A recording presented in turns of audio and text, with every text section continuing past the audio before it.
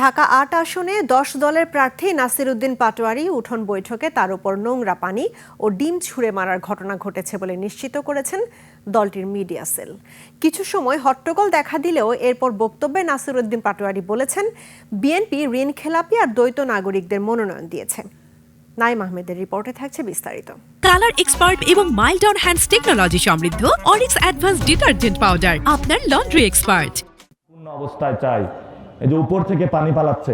সন্ধ্যায় রাজধানীর মৌচাক এলাকায় উঠান বৈঠক শেষেই ঢাকা ৮ আসনের এনসিপির প্রার্থী নাসির উদ্দিন পাটোয়ারির গায়ে নোংরা পানি ও ডিম ছুঁড়ে মারার ঘটনা ঘটে।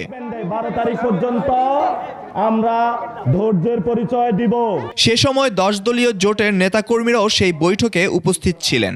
তারাও এমন আকস্মিক ঘটনায় হতভম্ব হয়ে পড়েন। আমরা একটি নতুন বাংলাদেশ চাই, আমরা শান্তিপূর্ণ অবস্থায় চাই।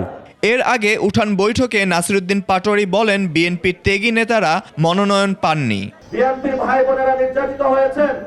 কই নমিনেশন পাওয়ার সময় তো যারা ঋণ গ্রহীতা ছিল, দ্বৈত নাগরিক ছিল, তারাই তো নমিনেশন পেয়েছে, আপনারা তো পান নাই। কিন্তু গত 15 বছর আপনি নির্যাতিত নিপীড়িত হয়েছে। আমরা বলবো আপনার ভয় নাই, আপনি আমাদের সাথে আসুন। এছাড়া চাঁদাবাজি সংস্কৃতি যদি কেউ আগের মতো চালাতে চায় তাহলে তা প্রতিহত করার হুঁশিয়ারও দেন তিনি।